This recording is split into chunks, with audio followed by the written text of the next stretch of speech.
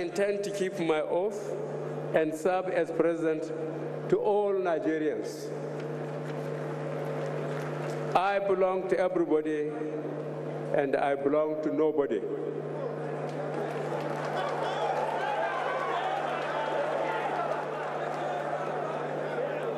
That's perhaps one of the most memorable moments or sound bites at the 2015 inauguration of the new government.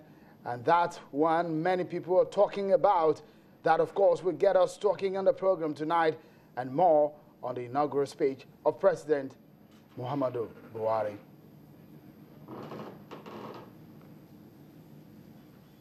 Hello, everyone, and welcome to Politics Today on Channels Television. I'm Sheun Wakimbaloye. Morning at times, they say, reflects how the entire day might go. In his first address as a democratically elected president, Buhari was somewhere in the middle, where that's what some pundits are saying. His inaugural address was a big deal. Indeed, it should be, and of course it is, a big deal because it is the speech that sets the ball rolling for the administration. Body language and innuendos matter a lot. That's one thing pundits will pick on. And analysts are already talking about what he said, the things he left out, and the ones he inferred in his speech.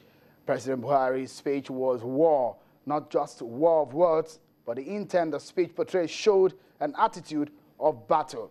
His bold statement has reordered the Nigerian political landscape and transfixed much of the nation. More than just a victory speech, it was an historic speech laden with historical references, with its elegant rendering before the eyes of Nigerian people. Not everyone gave a few trending lines from his address, glowing reviews, and this has continued to elicit comment. While it was music to the ears of many, others remained skeptical that his speech failed to deliver on reasonable, high expectations. By and large, his one linear in that speech says, "I belong to everybody and I belong to no one," must have struck a raw nerve in some of his senior associates in listening to him. The most memorable in the entire speech of several pages and one of his best lines in the whole speech that many would remember for years to come. Nothing on this scale has been since independence, as Buhari took to the podium and briefly pushed back the clouds of pessimism that had descended over a country gripped by chaotic economic crises and marred with a stubborn militant insurgency and lingering fuel shortages, a paradox of one of the world's largest oil producers. Among the long list of ambitions was a program of muscular domestic investment, a call to roll back the specter of a warming planet, and promises of a new way forward for tighter relations with the Western world. The unanswered questions on the lips of everyone is Buhari's first inaugural speech.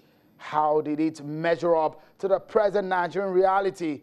Was it a promising speech? Can any of the line be quoted a decade from now? Will Buhari victimize his perceived enemies? Does the speech set a good tone for his government's agenda? These are the unanswered questions our guest tonight will deliberate on. Joining us tonight via Skype is a writer and columnist, Simon Cowell. Good evening and thank you for joining us. Well, again, joining us again is Babajide Ogunsowo, an information and data analyst. He joins us here in the studio. Thank you so much for joining us, Jide. Thank you. Well, first, let me get to Dr. Tunji Brett Wade, a former presidential candidate who joins us via telephone from London. Oh, well, I understand that he will be joining us much later on the program. But let's get to Simon Cowell, who is joining us via Skype from London. Simon, please tell me, what do you make of the president's speech? What impression does the speech give to many Nigerians and non-Nigerians alike? The first thing I would like to say is that people expect too much from an inaugural speech.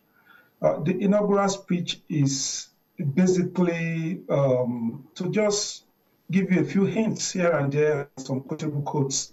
It's not going to define what the administration is about. It's not going to define its agenda in in an exhaustive manner. So some of the people who are complaining, I don't think they should worry yet. We still, I mean, his first budget, his first appointments, those are the things that we are going to really define. Those are the things that really define the direction of his administration. Interesting, because I mean, at this point, it's interesting that you said that one should not expect much, but then we look at the inaugural speeches across the world from some president. You remember President Barack Obama of the United States inaugural speech was laden with a lot of oratory, we may say a lot of promises, a lot of hopes that was raised in that inaugural speech. Do you think that that particular speech President Buhari rendered on Friday actually met the agitations, the expectations, the anxiety and anticipations of many Nigerians who are looking forward to the kind of change that the APC promised in their campaigns?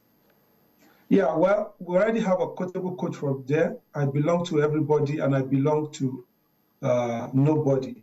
Now, that talks a bit about what we call elite capture in Nigeria.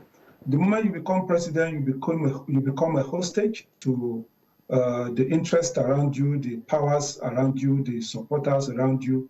And this, I believe, has been a major hindrance for the performance of Nigerian presidents over the years. So if you are looking for a quotable quote, I think I belong to nobody. It's already a quotable quote, and it has become very popular, both on the social media and even in the traditional media. All right, Simon, tell us, you are a writer. What do you make of the speechwriter who is behind the scene, responsible for some of the words in that speech? Do you think that that was one speech that one would say is coming from a good speechwriter? What I would just like to say, I would not want to judge the speechwriter, but we have had better inaugural speeches before. You need to go back to President Umaru Musa Yar'Adua, the speech he gave in 2007.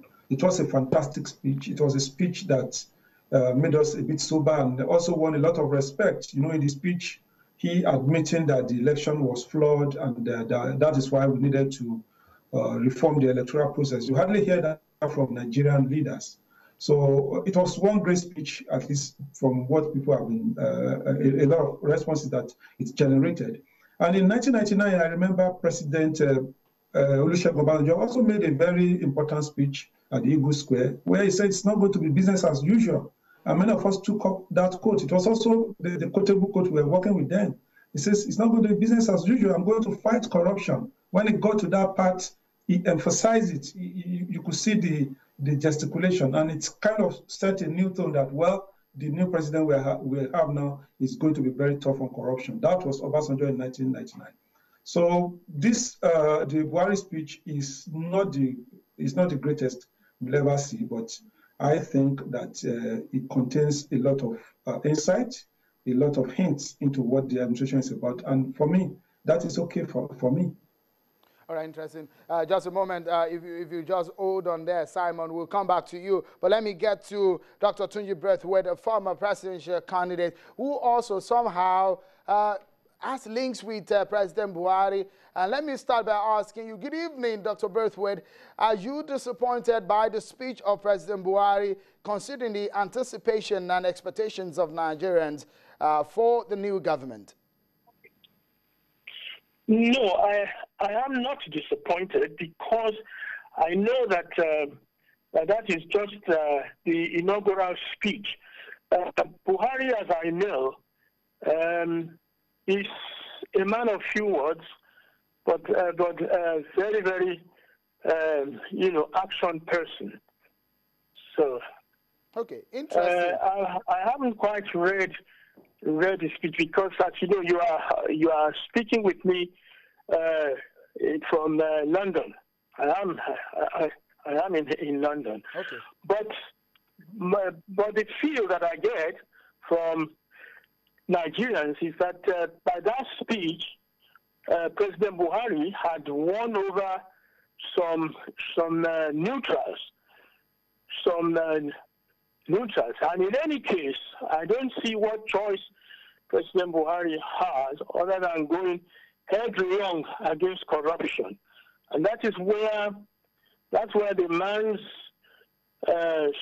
character is going to be tested, because even among his own people, there are some really corrupt elements there.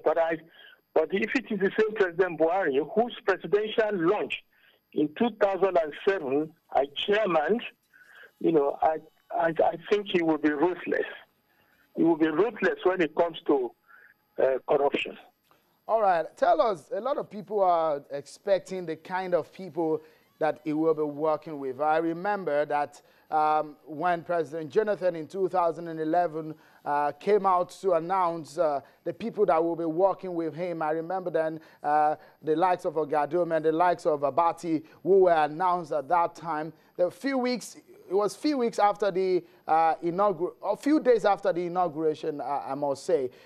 Do you think that President Buhari should have announced his major cabinet members, some of those who will be working directly with him, and what kind of people are you looking at or you would advise that he should be bringing on board? Okay, first and foremost, he could not possibly have announced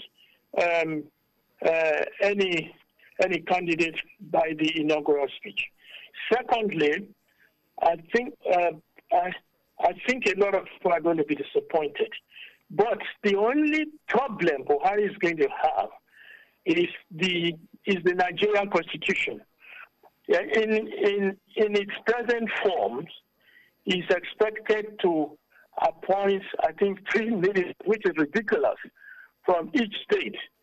So, but he does not have to. He does not have to appoint them. See what Aregbesola did in Osun State. He worked for I think about 6 months, wasn't it, without any commissioner.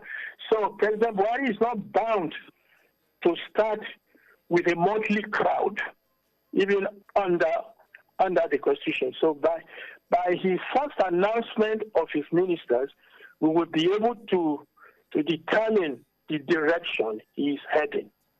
Oh, great.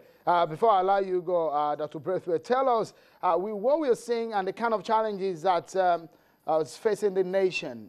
What exactly are your expectations from your experience and the history of Nigeria? At this moment, it's critical, isn't it? And what are the kind of things that you think that President Buhari should urgently focus on? Yeah, you mentioned the 2007 election. That was the election that first brought in Yaradua with Jonathan, right? Yeah. Hello? Yeah, you're correct, sir. Now, that was one of the most corrupt elections. And then the judiciary, too, performed very well. Performed very, very, very, very badly. And that was when I declared publicly that corruption was king in Nigeria. Now, Buhari and I have talked many times about corruption. So I believe, although from the speech I hear that in order of priority, he put was it economy he put first? Security, yes, security, and then corruption. I can confidently say that Buhari will reverse itself by making corruption the first thing. Because you see, without tackling corruption, you cannot tackle the problem of even power, electricity, because there's a terrible cartel there that want to make sure that Nigeria fails to break this problem of energy supply. It is a powerful cartel. So he has no choice but to go after that. And then, of course, employment for the youth, which is very, very easily to solve, by engaging the youth on infrastructure, And of course, security. Security, problem of security is that the people of the country will rally behind President Buhari when they see that he is freeing them from the clutches of these big-time corrupt elements, right from judiciary, civil service, even in the private sector. Yeah. And when he does that, I'm sure within the first 100 days, Nigerians will feel that yes, this is a president that they have no choice but to support, and I know that's what Buhari will do. He doesn't talk much, but he's a man of action, and then he keeps his card very much to his chest. He's a man who does that. You know. However, whatever humble suggestion that I can make to him, I will. I was in touch with him before I left home. And so right. let us just keep up the enthusiasm that his inauguration has stirred up in the people of that country. All right. Thank you so much, Dr. Tunji Braithwaite, former presidential candidate in Nigeria, talking to us from London. Let me bring Babajide Ogunsan, who is here with me in the studio. Jide, we've been talking about these issues on the day, and you're here again with us. What's your perspective based on the scale of 1 to 10? How would you rate that speech? I'll rate it in two ways. I'll rate it from the inner presidents, is inner man, and I'll also rate it from the outer person. If you look at the inner person, we try and look at is General Buhari, the president, and the same person he was in 1983. Now, let's look at how he started his speech. After the coup took place in 83, he started by saying, he went straight to the point. There were no greetings. He had no discussions on fellow Nigerians. He went straight to the point. He started with saying, in pursuit of the primary objective to save our great nation from total collapse. Now, in all of his speech in 1983, the only point he said is greetings was at the end when he said good morning. If you look at his speech this time around, we see a lot of greetings towards the beginning. So we see a softer man compared to 1983, where it was less emotional, more direct, no greetings in the beginning, and the only time he used his greeting was his last word, good morning. This time around, all the greetings came first, and then he talked about his agenda. So we see a softer person on the outside. That's perhaps we are seeing a more democratic Buhari this time around. This time around, we are seeing a more democratic president. So it shows in his speech also that there is a sense of understanding that, look, this is a different ballgame entirely. This is not a military era where I can have things done by fiat, or this is where I must go through processes, democratic processes, isn't it? That is exactly what this speech shows. In the narrative of his speech, we've seen a more democratic president. However, if we look at the inner person, and looking at the speech on the inauguration day, he talked about 4 areas he will be focusing on. He talked about the fuel shortages, he talked about the power outage, he talked about insecurity, and he also talked about corruption. Those are the 4 things the president said he will be focusing on. The interesting thing is, out of these 4 things, there was only one he qualified.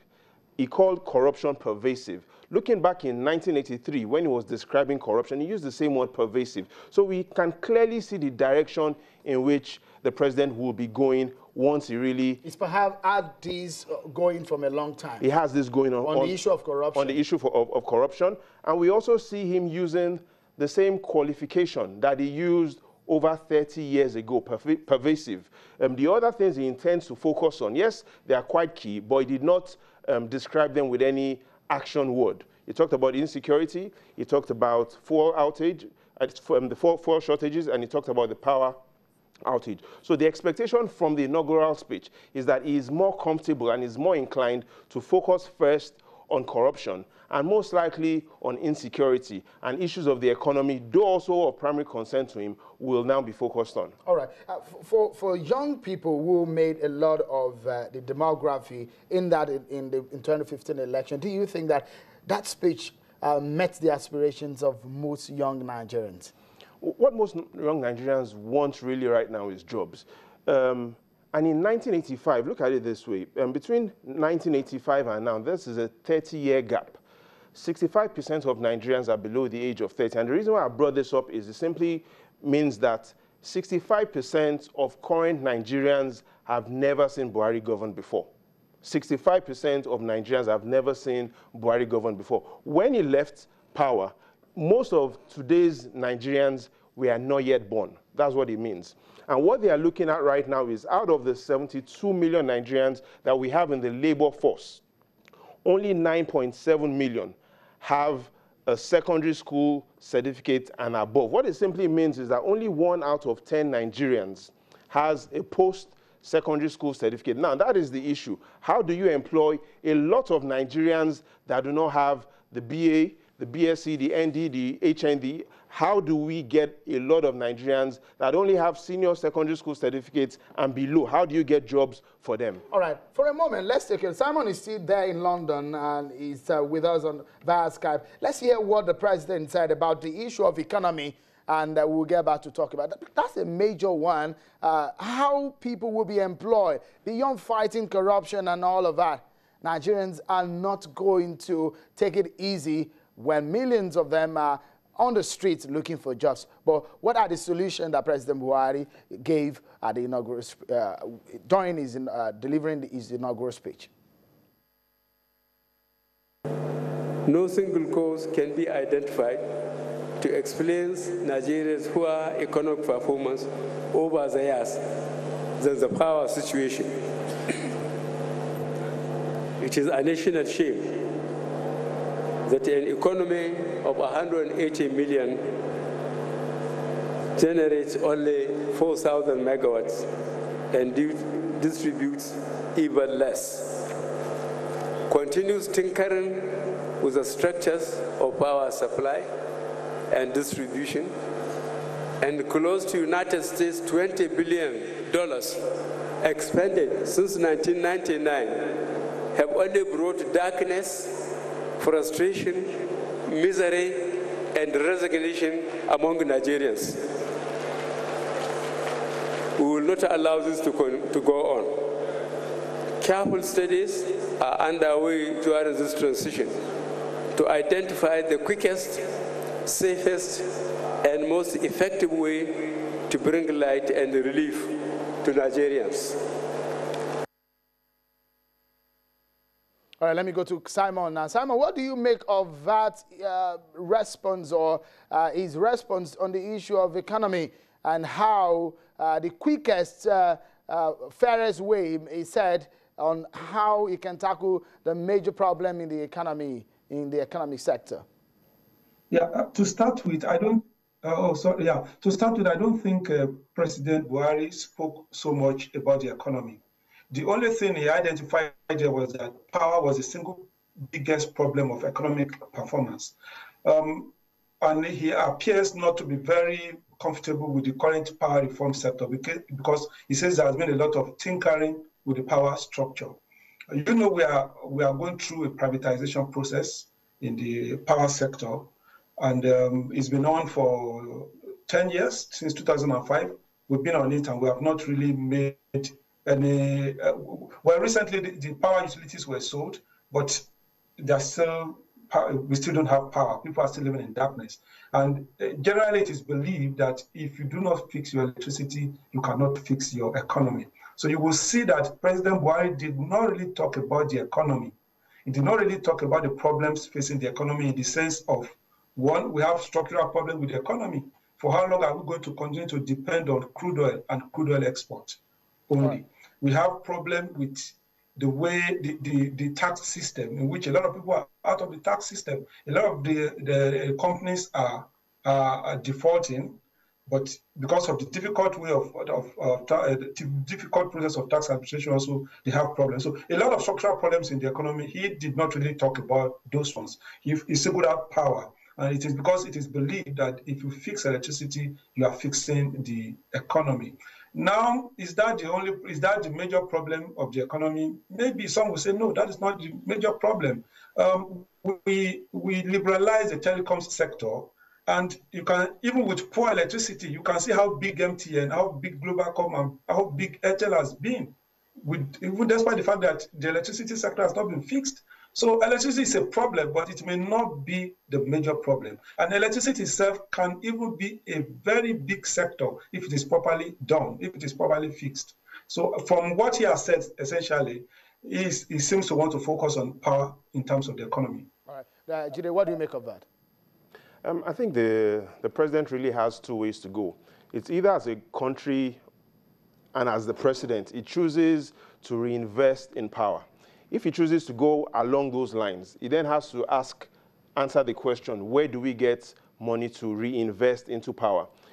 If he doesn't want to go along the line, then the power solution is then left in the hands of the private sector.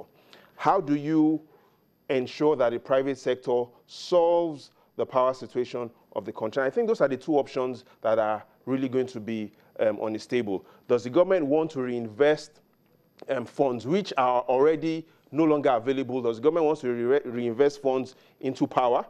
Or does the government want to find a way to ensure that the private sector participants that have already started some measure of investment into power continue? Okay. Now, those are the two issues that he's going to have to decide. Does he going to reinvest in government funds into power, or does he ensure that the private sector keeps doing it? If the private sector keeps doing it, how do we ensure that the private sector gives Nigerians the level of power that they desire? All right. We take a short break, but when we return, the pressure on President Buhari will mount. But what exactly should he be looking at first addressing as he looks ahead to resume office officially for the first time? That's ahead because we have figures that will interest you. And of course, President Buhari is watching at the moment because there are a lot of challenges that he must tackle that meet the demands of Nigerians. So on ahead again on the program, we're looking at the rise and fall of the PDP. A short documentary on the program tonight. Stay with us. We'll be right back.